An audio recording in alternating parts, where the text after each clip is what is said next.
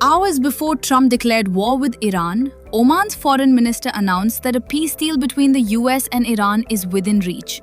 He also urged the need to provide space for diplomacy.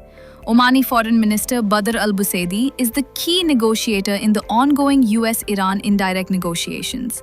Bearing hope, the Omani Foreign Minister met US Vice President J.D. Vance with a constructive update. He said that the negotiations between the US and Iran have achieved significant and unprecedented progress.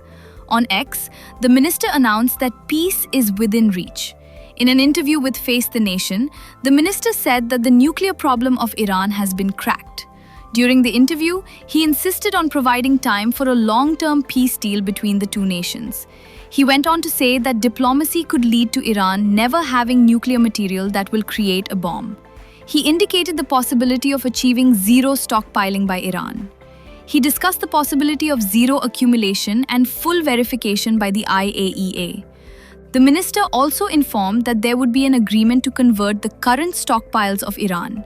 They would be downblended to the lowest level possible. His statement holds significance as President Trump has expressed grave disappointment on Iranian regime. The US president said he prefers diplomacy, given that Iran agrees to stop enriching weapon-grade uranium.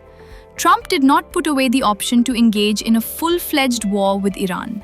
However, he did agree that entering into a war with Iran carried the risk of fighting a long-term conflict. I'm not happy with the fact that they're not willing to give us what we have to have. So I'm not thrilled with that. We'll see what happens. We're talking later. We'll have some additional talks today. But no, I'm not happy with the way they're going. Well, we haven't made a final decision. We're not exactly happy with the way they negotiated. They cannot have nuclear weapons, and we're not thrilled with the way they're negotiating. So we'll see how it all works. I guess you could say there's always a risk. You know, when there's war, there's a risk in anything, both good and bad. We've had tremendous luck with myself, Soleimani, al-Baghdadi. Everything's worked out, and then we do the Midnight Hammer and so many others. Everything's worked out, and we want to keep it that way. But we're going to see. Look, it'd be wonderful if they negotiate. An email sent by US Ambassador to Israel, Mike Huckabee, further fueled the fear of striking Iran on Friday, the 27th. First reported by the New York Times, the email directed the officials of the Israeli embassy to leave today. It said that if anyone wished to leave, they should do it today. The email did not mention Iran but highlighted regional stability as the cause. The embassy also directed the citizens not to travel to Gaza, northern Israel, or near the Egyptian border.